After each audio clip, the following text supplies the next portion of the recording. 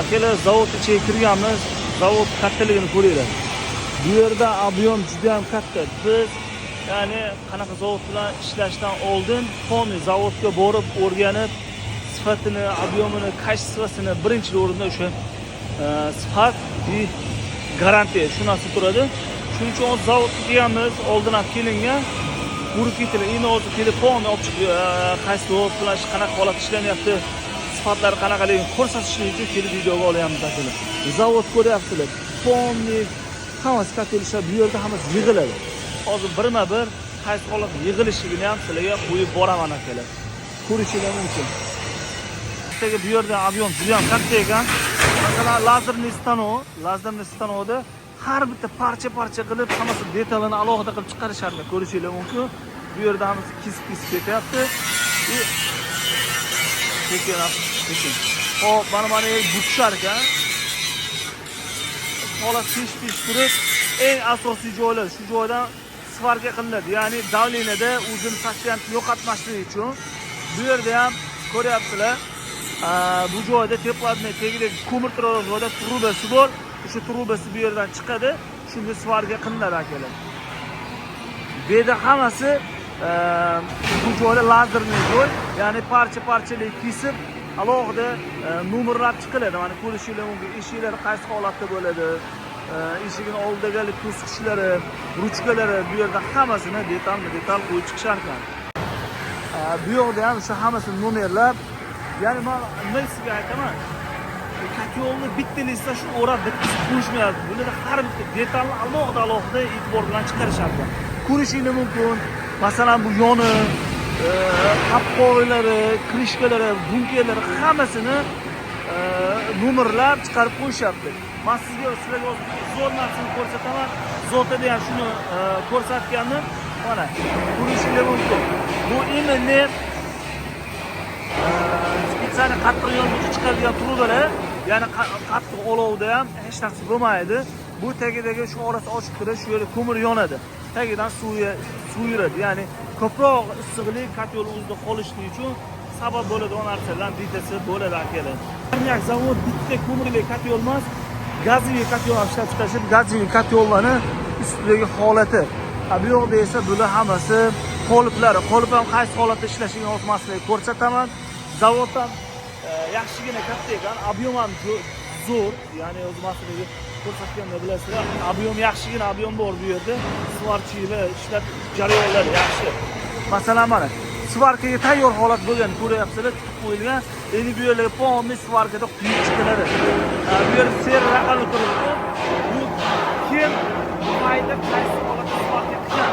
Ya'ni hammaning o'zini kudi bor. O'shanga qarab turib, kim svarka qilgan, kimni katyolda bir chiqdi, shu narsa aniqlab olishar ekan. Masalan, mana katyol ko'rishingiz mumkin. Svarga quyishga tayyor qilib qo'yilgan qoliplar. Qolip mana qolip deyiladi. Mana bu yerda ko'rsatay. Har bitta narsani shu holatda qotirib olishar ekan, keyin do'qib bir-biriga svarga qilib chiqishadi. Bu narsalar bo'lgandan keyin yig'ish jarayoni, ya'ni quyma svarga holatiga ketadi bu narsalar. Mana bu yerda akalar ham polni quyib chiqishyapti.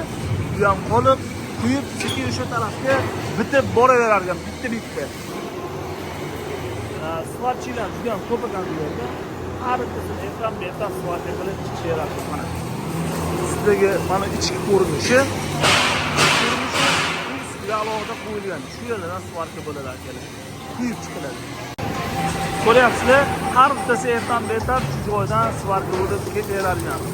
Ko'ryapsiz, bu yerda ham svarka chaki bo'ldi, bu yerda ham bor. Ya'ni ob'yom yaxshigina ekan. Men bunchalik deb o'ylamagandim, lekin ob'yom yaxshi. Qozog'istonda birinchi o'rinda turar ekan. Ko'rishingiz mumkin, tayyor bo'lgan. Quyib chiqilganiga tayyor bo'lgan holati. Bu yer sal shovqin, shuning uchun iloji boricha yoritib berishga harakat qilaman. Bu joyda davleniya berishar ekan.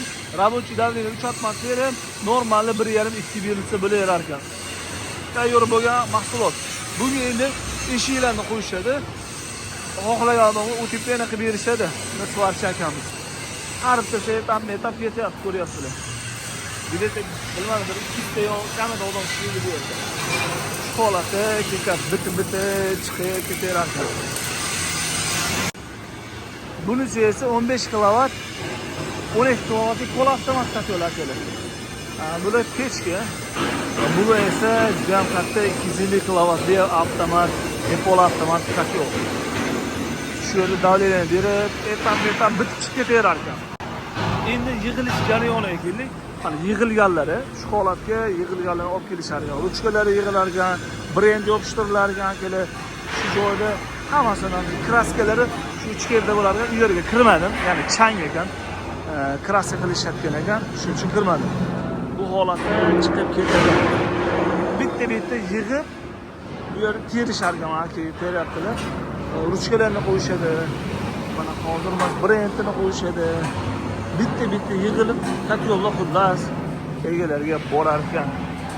Shu holatda zavod juda ham katta. Ya'ni yaxshigina ob'yomga ega. 80 kilovatlik garnier. Bunisi esa tayyor bo'lgan. Shunaqa holat akalar. Biz kim bilan ishlaydigan bo'lsak, polni o'rganib chiqib, sifati, garantiya shularning hammasini o'rganib keyin ishlashni boshlaymiz. Ya'ni shunchaki borib narx arzonlagan deb turishni ushlab ketmaymiz. Asosiy maqsad olingan tovar uzoq xizmat qilib yaxshi effekt berish. Shu holatda. Shunaqa gaplar kerak. Zavoddan yaxshigina katta zavod ekan. Sexponni ko'rib chiqdik, yig'ilish jarayonlarini. Endi hozir skalatiga boramiz. Skalatda qaysi holatda ortiladi, qaysi holatda ketadi klientlarga, shunisini ko'ramiz akalar. Bu yer o'sha katta ishlab chiqadigan zavod ekan. O'zlari ham shu katta binoni polni ko'mirda tishar ekan. 200-400 kilovatli avtomat katyollar, avtomat katyollarda qildirishar ekan. Hozir bu yerda qor yog'yapti ham. -15 gradus atrofida sovuq. Mana ovozga nima deysizlar?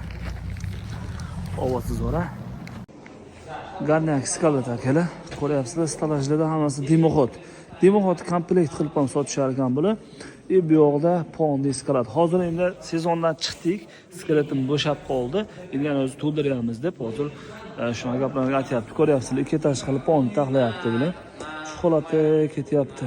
Eng kichkinasi 12 kilovatdan hozir bu yerda ko'rganim 200 kilovatgacha bor ekan. Ikki tash qilib shu joyi yig'ishar ekan. To'g'ridagi skalat ham hozir bo'shagan.